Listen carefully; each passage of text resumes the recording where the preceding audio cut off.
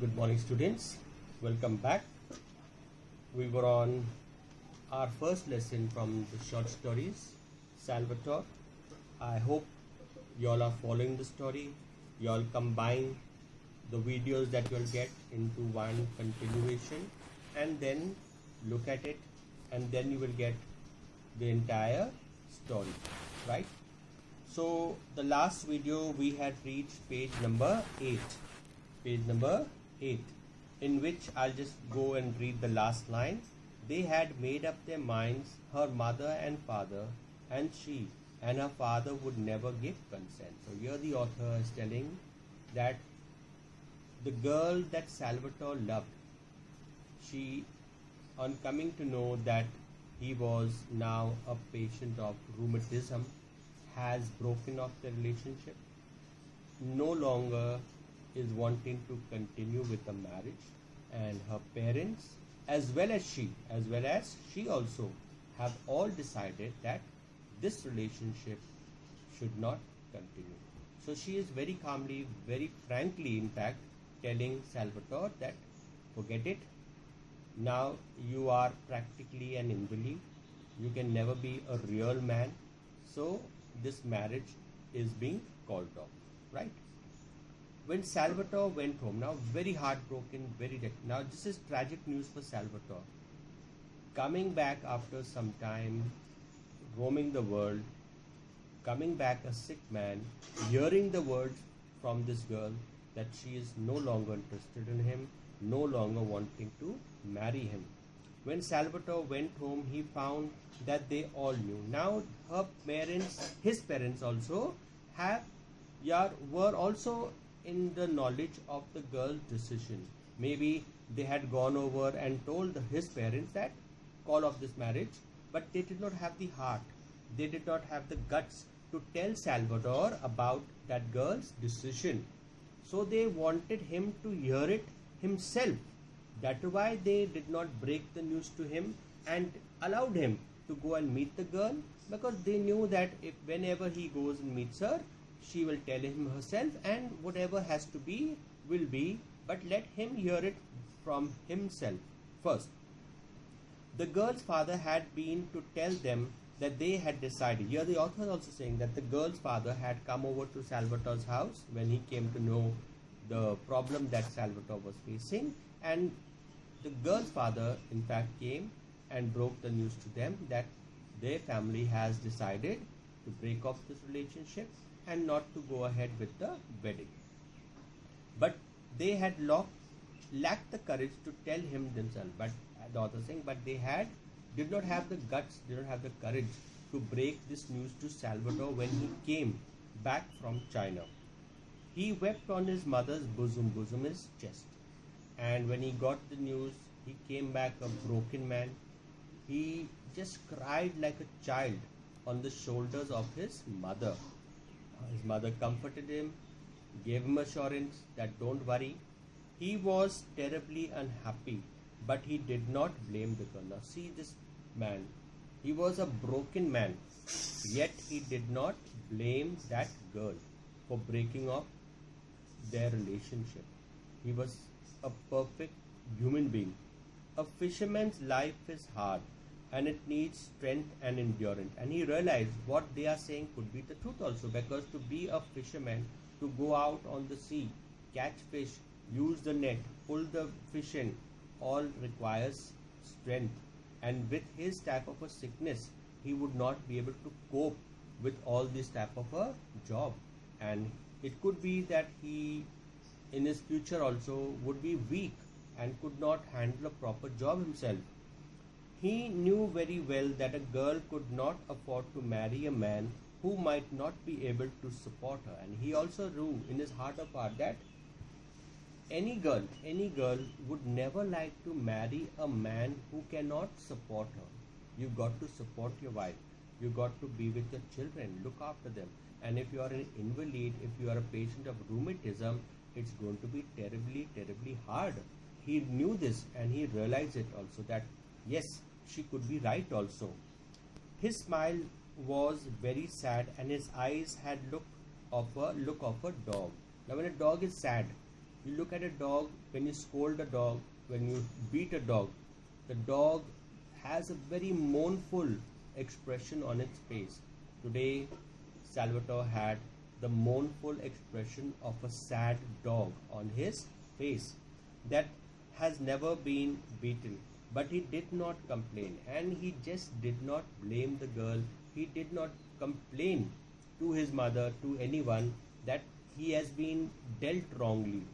And he never said a word of the girl he had loved so well. He had truly loved his girl, come back happily to get married to her, but he never blamed her. Then, a few months later, when he had settled down to the common round, now time passed, and as time passed, even if you have a broken heart, somehow or the other, it fills up. You try to go on with life, continue with life, and life has to continue. You can't just stop at one place and moan and groan about life. Life continues. So also with him, he also continued life. Whatever he could do, whatever strength he had, whatever stamina he had, he helped his parents. He also used to go out fishing with his father, with his brothers, do as much work as was possible, working in his father's vineyard and fishing. Both the ways, he would go to the vineyard. As I told you, the vineyard is a grape garden. He would go plucking the grapes. Whenever his father would want his services, take him out fishing, he would willingly go.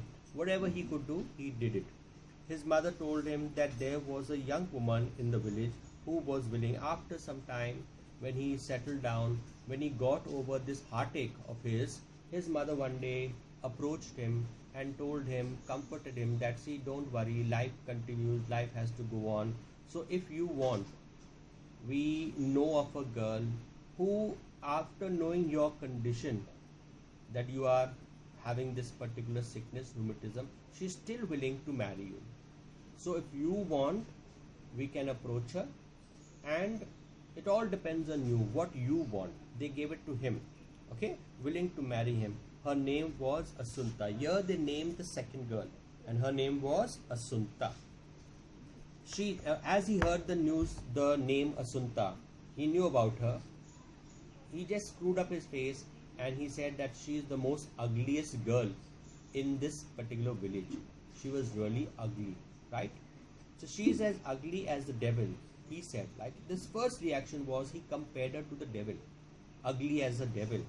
She was older than he, 24 to 25. The second defect that he found with the girl was that she was elder to him.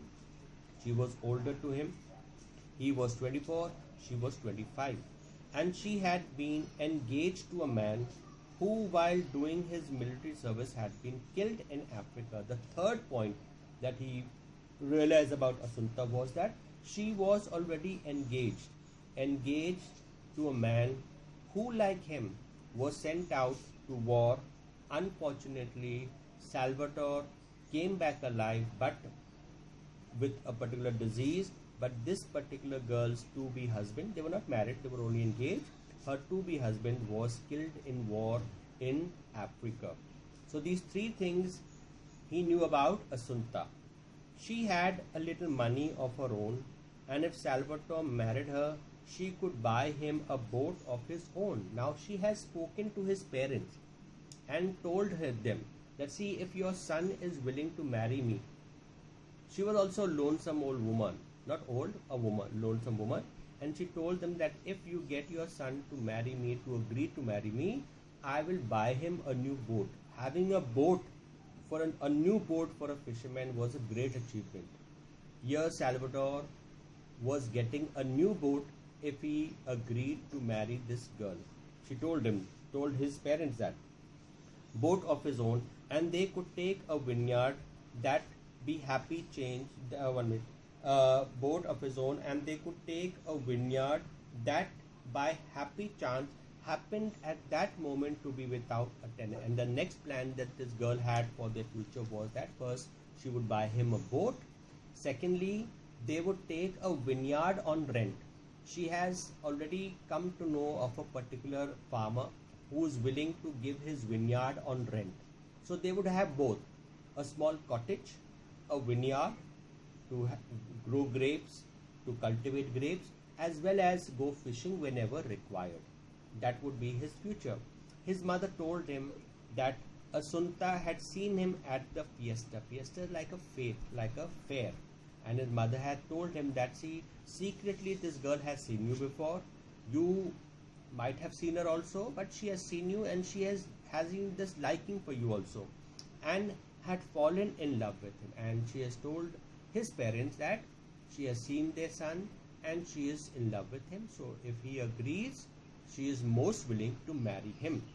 Salvatore smiled his sweet smile and said he would think about it. Now, Salvatore, being Salvatore, the gentleman that he is, he just smiled in his heart. He did not want to aggrieve his parents, did not want to disobey them. So he just told them that, CK, give me time, I'll think about it, and maybe after a proper think over, I will come to a decision where I could be able to tell you whether I'm interested or not. So I need time. But on the following Sunday, dressed in the stiff black clothes in which he looked so much less well than in the ragged shirt and trousers of every now, when he was like on a weekdays, he would just roam around. He was out of work, having nothing to do. Just like a strange man, he would roam about, having nothing to do. Sundays he would dress up tip top, dress himself up, put on shoes, look much smarter, handsome, and he would go to attend Sunday mass service. Okay. He went up to high mass at the parish church and placed himself so that he could have a good look at the young, and with the intention, he goes to church with the intention to look at this girl, because he has seen her, he knows her, he has never taken note of her. But so he went with the intention that I will go behind and sit behind this girl, and from behind I would get time to observe her and to look at her physical features and make a decision. Okay, place himself so that he could have a good look at the young woman. When he came down again, he told his mother that he was willing. So after mass, maybe God helped him to decide properly. He came back home in a more jovial mood, in a better frame of mind, and he tells his mother, especially his mother, that okay, I am willing to marry Asunta. I am willing to go ahead with the proposal. So now whatever has to be done can be arranged. Well, they were married and they settled down in a tiny whitewashed house in the middle of a handsome vineyard. So as time passed, Asunta and Salvatore finally were married. He consented, she consented, and the marriage was solemnized. And after they married, they moved out as she had promised. They took a small cottage on rent. Round the cottage they had this vineyard growing. She bought him his new boat. Life was very content, very soothing, very happily. They continued to live as good human beings, as loving husband and wife. A handsome vineyard. Salvatore was now a great big husky fellow with all the nourishment, with all the backing, with all the love and compassion that he was getting from his wife, from his family. He was a normal man. Basically, he was normal now, and there was nothing to worry for him.